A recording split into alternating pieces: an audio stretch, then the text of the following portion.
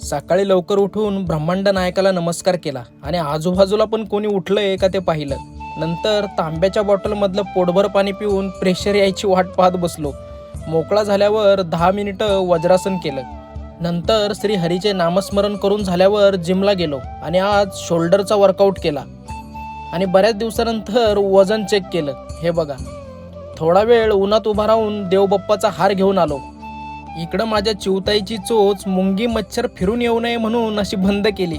नंतर गंध वगैरे लावून देवपूजा केली आणि नाश्त्याला 2 चपाती 2 केळी असं दूध टाकून खाल्लं.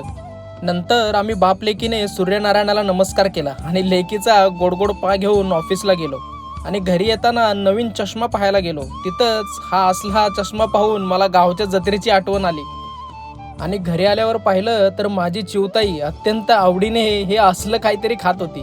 लहानपणी थोडंफार चालायचंच नाही का.